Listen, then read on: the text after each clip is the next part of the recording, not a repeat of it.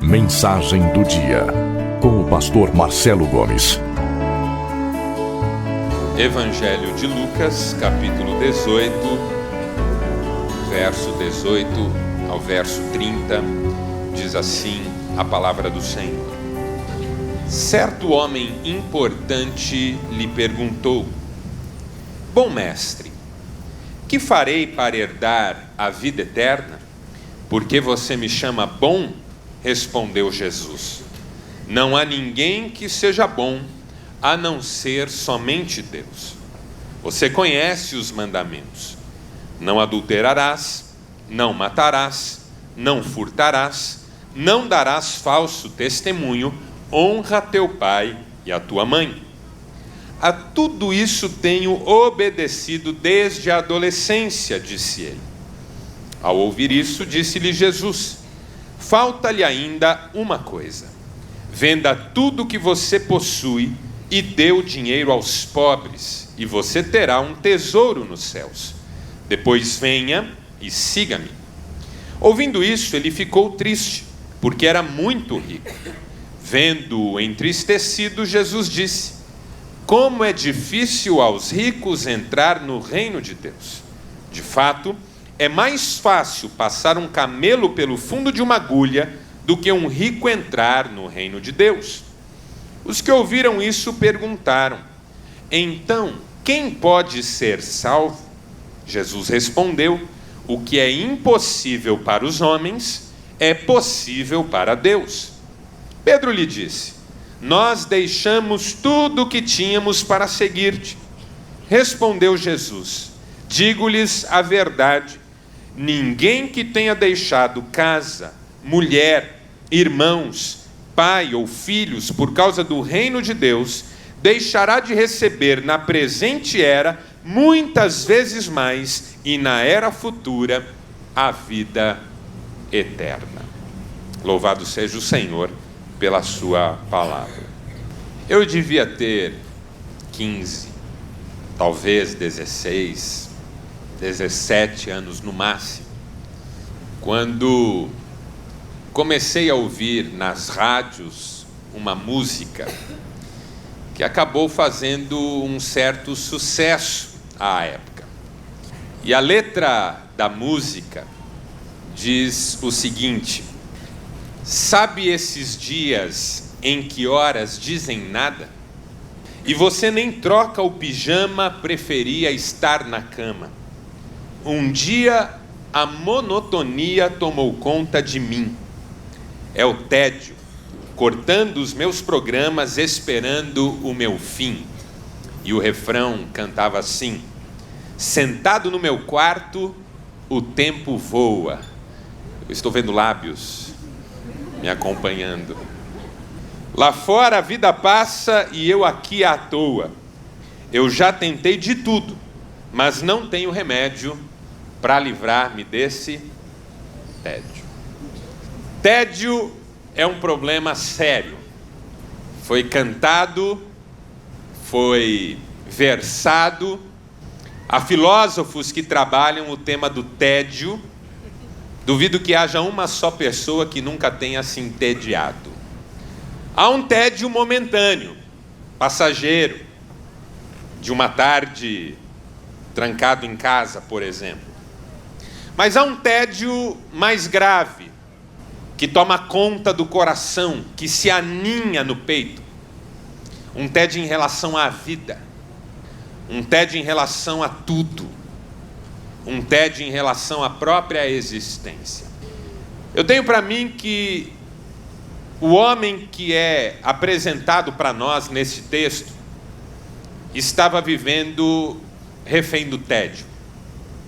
A vida havia perdido a sua graça, havia perdido o seu sabor. Ele tinha tudo que uma pessoa pode desejar. O texto diz que ele era importante, sinal de que ele tinha status. Porque importantes todos nós nos consideramos. Outra coisa é quando somos considerados importantes pelos outros. E esse homem era considerado importante na sua época. Tinha status, alguma fama, alguma influência talvez.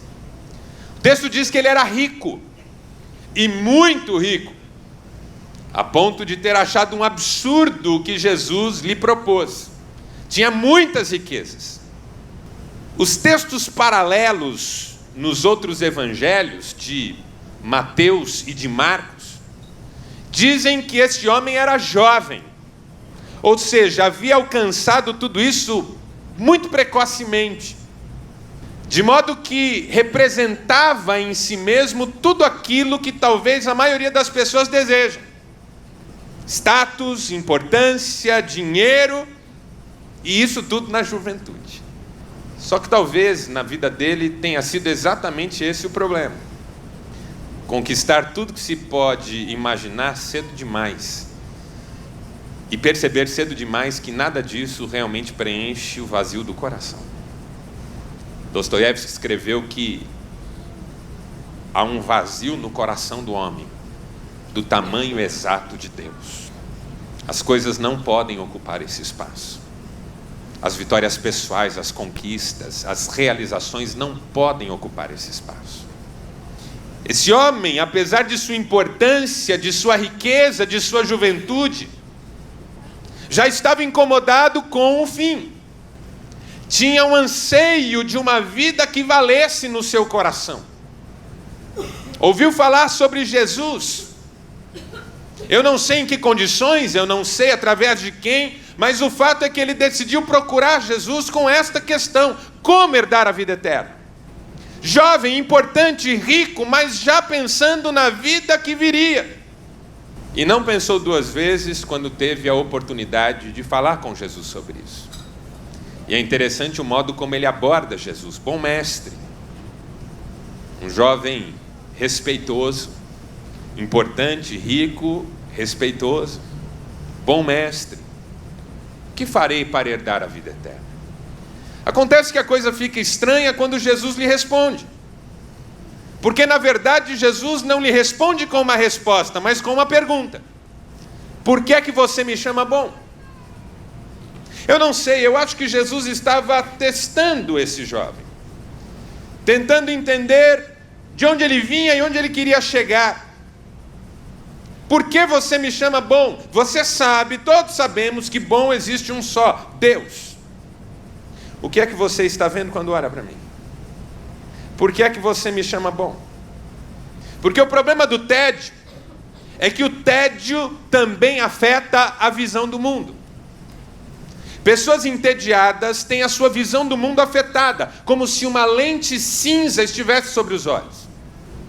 Nada está bom, nada tem graça.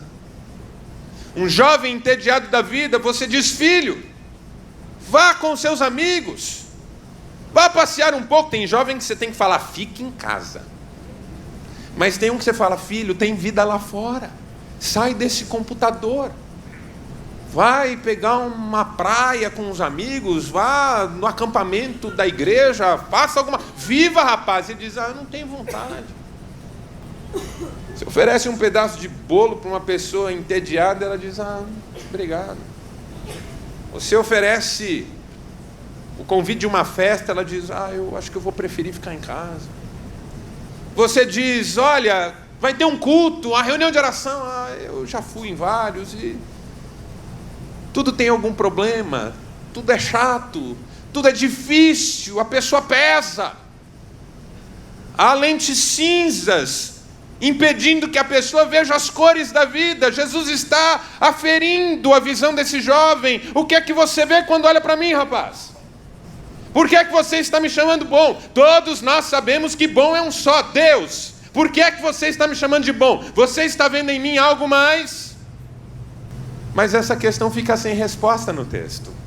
Porque gente entediada não dá sequência em nada, não aprofunda, não entende as deixas da vida e principalmente as deixas do céu, não investiga, não faz uma reflexão profunda na alma, não tem autocrítica, empurra a vida com a barriga, pensa, mas logo acalenta o pensamento no próprio interior e fica o não dito pelo dito. Não vale a pena, não vale a pena. Então Jesus segue sozinho, na sua investigação, na sua expectativa de entrar no coração desse jovem. Você conhece os mandamentos, talvez haja problemas na sua vida. Talvez você esteja precisando ajustar alguns comportamentos, mudar o padrão. Eu não sei se você notou na leitura do texto, mas quando Jesus pergunta, você conhece os mandamentos?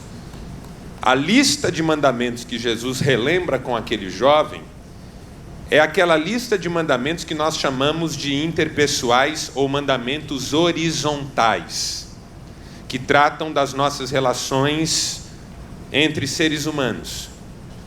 Não matar, não furtar, não dar falso testemunho, honrar pai e mãe. De propósito, Jesus deixa os mandamentos em relação a Deus de fora dessa pergunta. Porque a questão de Jesus era: vamos ver se você ainda consegue respeitar as pessoas com quem você convive, porque obviamente Deus está fora da sua vida. Quem não consegue olhar para a própria vida com entusiasmo, alegria, vibração, motivação, obviamente não está numa boa relação com Deus. Porque mesmo uma pessoa enfrentando lutas, conhecendo o Senhor, consegue se alegrar. Até porque a palavra diz que a alegria do Senhor é a nossa força. O entediado fica na expectativa de uma alegria que venha como resultado de alguma coisa. Mas o cristão experimenta alegria nos processos, antes que os problemas se solucionem, porque a alegria é força para lutar. A alegria é a força que a gente tem para seguir em frente. A nossa alegria está no Senhor. O apóstolo Paulo diz: alegrai-vos no Senhor. Outra vez digo, alegrai-vos. Regozijo. Então, se não há vibração, se não há motivação, se não há um desejo de sair do buraco, é porque a relação com Deus já ficou para trás há muito. A pergunta de Jesus é: vamos ver se pelo menos você tem respeitado os outros. E surpreendentemente, aquele jovem tem respeitado os outros. Ele diz até com uma certa empáfia: olha, tudo isso eu pratico desde a adolescência. Jovem, importante, rico, respeitoso e correto, íntegro. O genro que toda sogra queria ter, não esse monstro que você tem. Agora, com quem eu falei, eu não sei. Jesus olha para o jovem e diz: então falta para você uma coisa. Se você está dizendo para mim que atingiu o patamar mais elevado que alguém pode atingir, tem importância, tem riqueza, tem juventude, tem respeito, tem integridade, e mesmo assim está vazio, é porque está faltando uma coisa para você. E aí você fica pensando: que coisa é essa? Falta uma coisa, Jesus diz.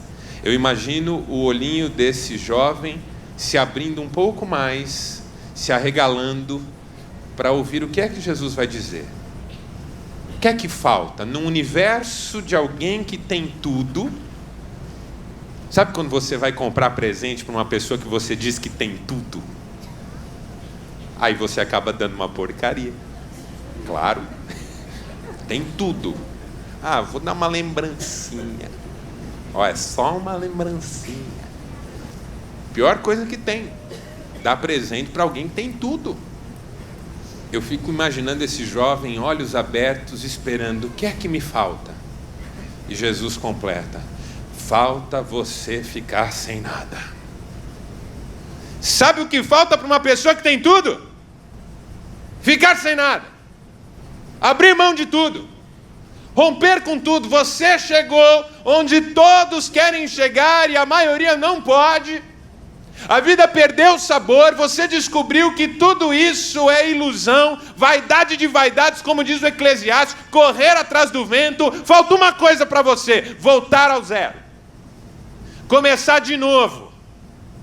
Não dá para ornamentar essa vida vazia. Esse bolo tem que ser jogado no lixo, uma cereja em cima dele não vai salvá-lo. Já tentou salvar comida que deu errado? Salgou arroz, põe uma batata. Oh, fica uma delícia depois disso. Tem hora na vida que tem que começar de novo. Jesus olhou para aquele homem e disse: faça o seguinte, vá, venda tudo que você tem, elimine as suas alternativas de segurança, rompa com os alicerces que você mesmo construiu para você, depois venha e me siga. No diagnóstico de Jesus, esse jovem tinha 3 graves problemas. Primeiro, ele respeitava Jesus, mas não sabia quem Jesus era. Por que você me chama bom? Sem resposta. Respeito, mas não intimidade. Ele olhava para Jesus e considerava Jesus, mas não tinha a menor ideia de quem era Jesus. Segundo, ele obedecia os mandamentos, mas não vivia pela fé. Obedecia os mandamentos, mas não vivia pela fé. Há uma diferença muito grande em você ser íntegro e você ser espiritual. Em você ser correto e ser um crente. Há uma diferença muito grande. E terceiro, aquele jovem estava absolutamente confiado nas coisas que ele tinha. Porque ele chegou entediado, mas saiu deprimido. Porque mediante a palavra de Jesus, o texto diz que ele saiu entristecido. Chegou entediado e saiu entristecido. Porque ele tinha tanta coisa que se tornou tão importante para ele no processo, que aquela palavra de Jesus era simplesmente inaceitável. Veja, a pergunta dele refletia essa dificuldade que ele tinha em se desapegar. Porque quando alguém que tem importância, dinheiro, se aproxima e pergunta: o que é que eu posso fazer? O que é que está em jogo para ele? Pagar essa conta. Se um rico vai visitar uma pessoa passando dificuldade e diz: olha, o que eu posso fazer para te ajudar? 99% dos casos, na mente dele está passando o seguinte: se precisar pagar alguma coisa, eu posso. Esse jovem estava diante de Jesus perguntando: se tiver um preço, eu dou conta. Porque de repente a vida dele se confundiu com as coisas que ele tinha. E ele sentia que a sua potencialidade futura estava relacionada a tudo aquilo que ele acumulou ao longo do seu passado. Quando Jesus diz: venda tudo que você tem, é como se ele estivesse dizendo: veja, você se transformou numa pessoa péssima. Ainda que obedeça os mandamentos, ainda que seja respeitoso, ainda que seja importante. Porque você só chega em mim com essa pergunta porque você acha que pode bancar essa aposta. Queria ver você voltar sem nada, para ver o que é que sobra. Vá, venda tudo que você tem, dê aos pobres para não jogar no fundo de um rio. Você vai ter um tesouro no céu por isso. E depois venha e me siga. Porque você me respeita, mas não me conhece. Você obedece os mandamentos, mas não vive pela fé. E você tem tudo que um homem pode querer, mas isso está fazendo mal para você. 3 desafios que Jesus estava fazendo para aquele jovem. Primeiro, livre-se daquilo que impede você de conhecer a Deus, de andar com Deus, de desfrutar Deus. A vida fica entediante porque a gente deixa Deus fora dela. A palavra é muito clara: nós fomos criados por Deus e para Deus. Acontece que nós estamos tão ocupados com as nossas questões pessoais que Deus não tem espaço na nossa agenda. Aquele jovem procurou Jesus como se Jesus fosse um mapa e não um caminho. Você sabe a diferença entre mapas e caminhos? O pessoal que já viajava há 10 anos de carro com a família lembra do guia 4 rodas no porta-luva. O marido se perdia: bem, abre o guia. Aí ela abriu o guia, o mapa. Eu não estou achando. Aí ele quer olhar sem estacionar o carro. E ela fala: presta atenção na estrada. Ele diz: eu consigo fazer as duas coisas ao mesmo tempo. Não consegue nada. De repente ela: para que eu estou enjoada de ler essas letrinhas. Lembra dessa época? Lembra? Hoje tem GPS, tem Google Maps, você pelo celular se localiza rapidamente. Quando uma pessoa vai viajar, os mapas são importantes. Os mapas são a história registrada por gente que saiu de um ponto e foi até outro e decidiu dizer como que funciona essa peregrinação. Mas o mapa não é o caminho. Conhecer o mapa não é conhecer o caminho. Ter clareza sobre o mapa não é ter percorrido o caminho. Conhecer a Bíblia não é conhecer Deus. Conhecer a igreja não é conhecer Jesus. Fazer orações bonitas, cantar músicas abençoadoras e inspiradoras não é ter comunhão com o Senhor. Ser cheio de virtudes e valores pessoais não significa ser cheio do Espírito Santo. Aquele homem procurou Jesus como um mapa. Me fale para onde é, para que lado vou. O que é que eu faço? Me dê a diretriz. Se o Senhor sabe qual é o caminho, me fale sobre ele. Jesus disse para aquele jovem: venha me seguir, porque eu sou o caminho. Você não será feliz e não vencerá o tédio estudando mapas sobre a vida com Deus. Você precisa trilhar o caminho. E para trilhar o caminho, nós precisamos deixar para trás aquilo que nos impede de seguir. Jesus se preocupou com o pecado na vida daquele jovem. Mas não só o pecado, os interesses, as prioridades, os vícios, as dificuldades. O que é que está nos impedindo hoje de conhecer Deus? Porque enquanto Deus estiver fora da minha vida, ainda que a minha vida seja agitada, ela será entediante. E ao final eu estarei arrependido de ter vivido uma vida tão pequena e tão sem graça, ainda que eu tenha conhecido o mundo inteiro em viagens internacionais caríssimas. O universo é pouco para quem pode conhecer a Deus. Segundo, Jesus convidou aquele jovem a viver pela fé. Quer vencer o tédio? Jesus tem um desafio para você. Ele está convidando você a aceitar viver pela fé. A palavra diz: o meu justo viverá pela fé. Mas nós não queremos viver pela fé. Nós queremos viver na segurança das nossas provisões, das nossas providências tomadas de antemão e garantindo o máximo de tempo futuro. Vou dar um exemplo. Você deve ter lido um livro chamado Pai Rico, Pai Pobre. Robert... Isso, tem um nome difícil.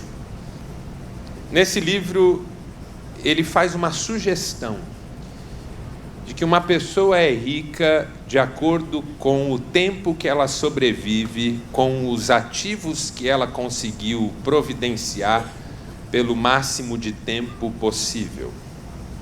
Ou seja, se você perder fontes primárias de renda hoje, quanto tempo você sobrevive com o mesmo padrão que você hoje tem? Isso é que vai dizer o quanto você é rico. Porque de repente tem gente que não pode nem ficar doente, né? Ficou doente, caiu o padrão de vida no dia seguinte. A reflexão é interessante, mas ela mostra a nossa extrema dependência de providências que nos garantam pelos próximos tempos. Ansiedade, somos uma geração ansiosa. Eu estava num ambiente comercial ontem, esperando ser atendido, e na parede havia um cartaz onde estava escrito mais ou menos assim: os homens gastam a saúde para ganhar dinheiro e depois gastam o dinheiro para ganhar saúde. Eles vivem no presente preocupados com o futuro e finalmente não vivem nem o presente nem o futuro. Nós estamos sempre correndo atrás de garantir os alicerces de uma vida que não passe por sobressaltos. A Bíblia diz: o meu justo viverá pela fé. Pastor, isso quer dizer que eu tenho que abrir mão de todos os espaços de segurança? Vamos dizer da seguinte maneira: quer dizer que você deve estar disposto a fazer isso se Deus assim pedir de você. No mês de abril desse ano, eu tomei uma decisão na minha vida que naquele momento exato significava romper com todas as minhas fontes de sustento para o próximo ano. Todas. Minhas e da minha esposa. Deus me pediu isso, eu tenho absoluta convicção. Deu medo? Claro que deu medo. Fiquei ansioso e ainda estou de certa forma um tanto quanto? Sem dúvida nenhuma. Dar passos de fé não é fácil. Contudo, eu estava há 2 dias de anunciar para aqueles que convivem comigo a decisão que Deus estava me levando a tomar, quando eu recebi um telefonema de um amigo, que à época não era tão amigo, havíamos nos encontrado ocasionalmente 2 ou 3 vezes, e que não mora em Maringá, mora em outra cidade, e disse: Marcelo, eu vou estar em Maringá, eu queria tomar um café com você, é possível? Nunca tínhamos conversado pessoalmente. Eu disse: é possível. Nos encontramos, e ele disse assim: bom, eu vou direto ao assunto. Eu estava em casa orando, e Deus me mandou perguntar para você se você está se envolvendo em algum projeto novo que eu possa ajudar você e ser bênção na sua vida. Ninguém sabia nada da minha vida naquele momento. E eu disse para ele: eu não posso falar com você sobre isso. Não tenho como falar com você sobre isso. Mas você estar aqui hoje é uma confirmação. Deus está me dizendo que está cuidando de mim. Essa alegria ninguém mais me tira. De ver Deus dizendo: calma, Marcelo, calma. Está tudo em ordem. Sua fonte de sustento na vida nunca foi essa, aquela ou aquela outra. Sempre fui eu. Meu irmão, quando é que eu e você vamos entender que a fonte das nossas provisões não são as empresas que temos, o emprego que temos, as fazendas que temos, as casas de aluguel que temos, os produtos que vendemos? Quem põe comida na nossa mesa é o dono de todo o ouro e de toda a prata. Trabalhamos, nos dedicamos, nos esforçamos, mas não pelo pão que perece, mas pelo desejo de servir a Deus. Quando eu aceitei ir para o seminário, eu já estava com um casamento marcado, trabalhava numa empresa, ganhava X. A igreja, com todas as condições que tinha e não tinha, propôs me sustentar com menos da metade do X. Eu e Cristiane oramos e dissemos: sim, nós vamos. Terminado o seminário, eu tinha 2 convites. Um me oferecia uma estrutura de X, o outro me oferecia uma estrutura de meio X. Adivinha qual Deus mandou eu aceitar? Vamos para o meio X.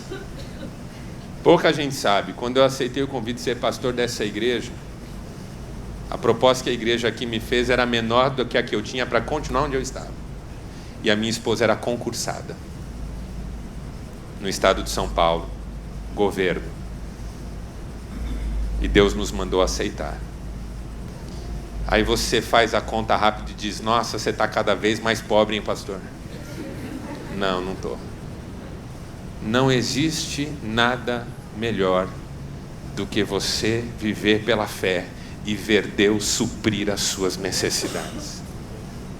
A vida fica entediante porque eu construo uma parede aqui para ela me dar sustentação, construo outra aqui para ela me dar sustentação, construo outra aqui para ela me dar sustentação, construo outra aqui para me dar sustentação, fecho em cima para ser protegido e não percebo, estou preso.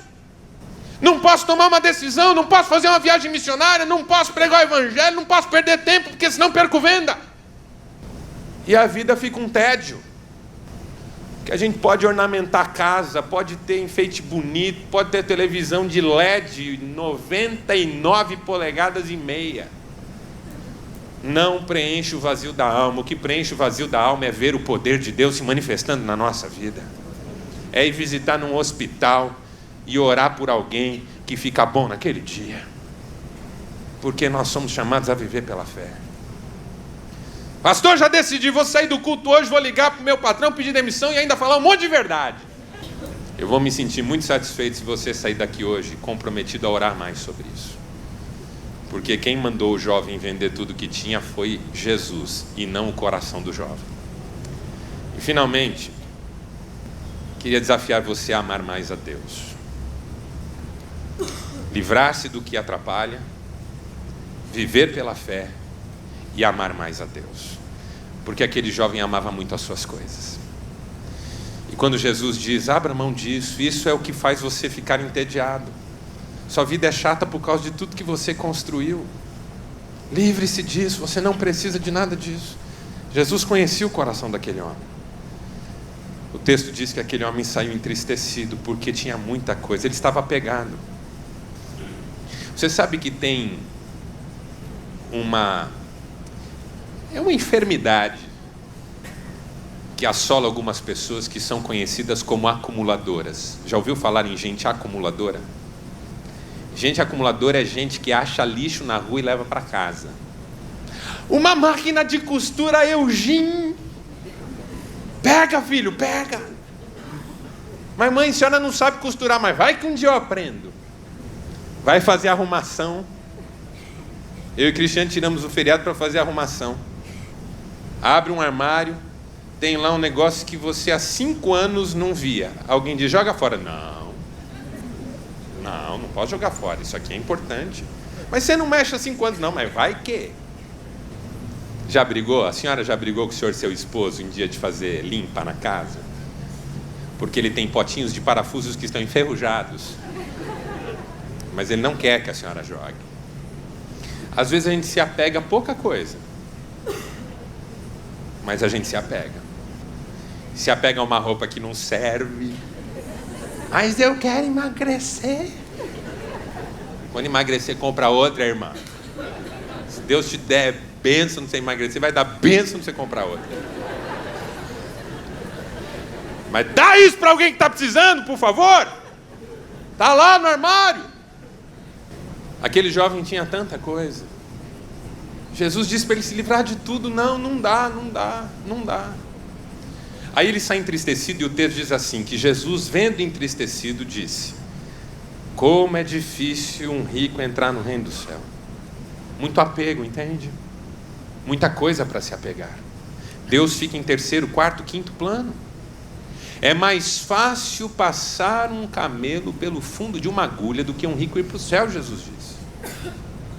Aí teve uma época na vida da igreja evangélica que se dizia assim, no muro de Jerusalém tem uma porta pequena, chamada buraco da agulha, que para o camelo passar ele tem que abaixar. Você já ouviu isso? Mentira! Deslavada! Uma tentativa de dizer que Jesus está falando de alguma coisa possível, embora difícil. Quando Jesus falou que é difícil como passar um camelo no fundo da agulha, a agulha é agulha mesmo, de costura. E camelo é camelo mesmo. Já tentou passar um camelo no fundo de uma agulha? Eu vou ser sincero, eu tenho dificuldade de passar linha no fundo da agulha. E a linha serve para isso. Eu não sei, eu acho que algumas linhas têm vida própria. Ficam endemoniadas, porque ela está reta. Você está olhando, ela está reta. Você vai pôr no buraco da agulha e ela faz assim, Fala, não, irmã, fica direito aí, ajuda aí. Negócio seguinte, se depender de mim, camisa minha caiu o botão, fica sem. Não passo mais essa raiva. Dá para passar um camelo no fundo da agulha? Não dá. Nem que comece pelo bigode. Não rola. Jesus está falando disso. Por quê? Porque na sequência os discípulos perguntam, mas então, quem é que pode se salvar? Eles não falam assim, é só se abaixar, humilhado e passar de joelhos. Não. Eles ouvem Jesus, mas então, quem pode se salvar? Jesus diz o quê? O que é impossível, como passar um camelo pelo fundo de uma agulha, o que é impossível para os homens, é possível para Deus. Você tem dúvida que Deus possa passar um camelo no buraco de uma agulha? Ele pode deixar a agulha grande, fazer o camelo pequenininho, pode esticar só o bicho. Mas passa. O que Jesus está dizendo é,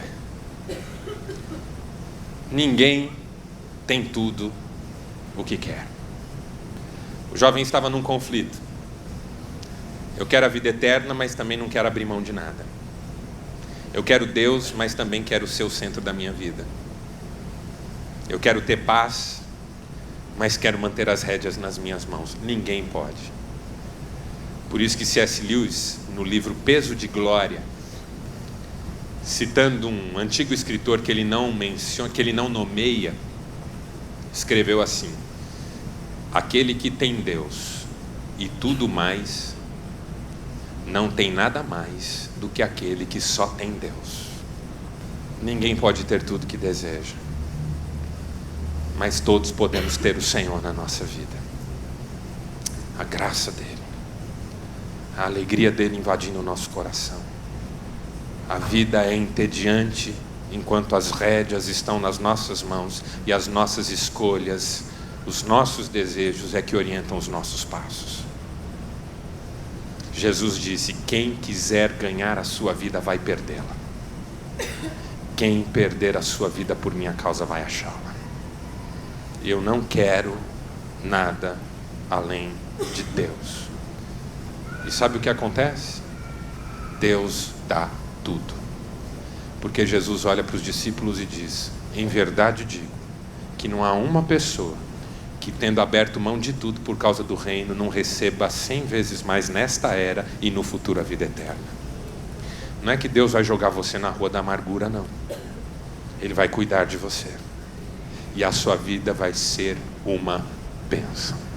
Feche seus olhos por um instante, quero orar com você. Damos-te graças, Pai, graças, graças e graças, pelo teu cuidado para com as nossas vidas, pela tua bondade, generosidade, amor, a tua disposição em nos ensinar pela palavra. Quantas coisas lindas estão presentes na tua palavra, quanta riqueza, como o salmista disse, a tua palavra é muito mais valiosa do que o ouro, do que muito ouro fino, e é muito mais doce do que o mel que goteja dos favos. É uma palavra que orienta, que exorta, que incentiva, que corrige, que abençoa. Obrigado, Senhor. Obrigado por tudo que o Senhor tem feito nas nossas vidas e por tudo que o Senhor ainda vai fazer. Te pedimos, Pai, que nos dês a coragem necessária para vivermos de acordo com o que ouvimos, para tributarmos a Ti a glória que é devida ao Teu nome e nos deixarmos moldar pelas verdades do reino e pelo poder do Teu Espírito Santo. Enche-nos do Espírito Santo, Senhor. Fala conosco. É o que nós te pedimos, em nome do Senhor Jesus. Amém. Amém.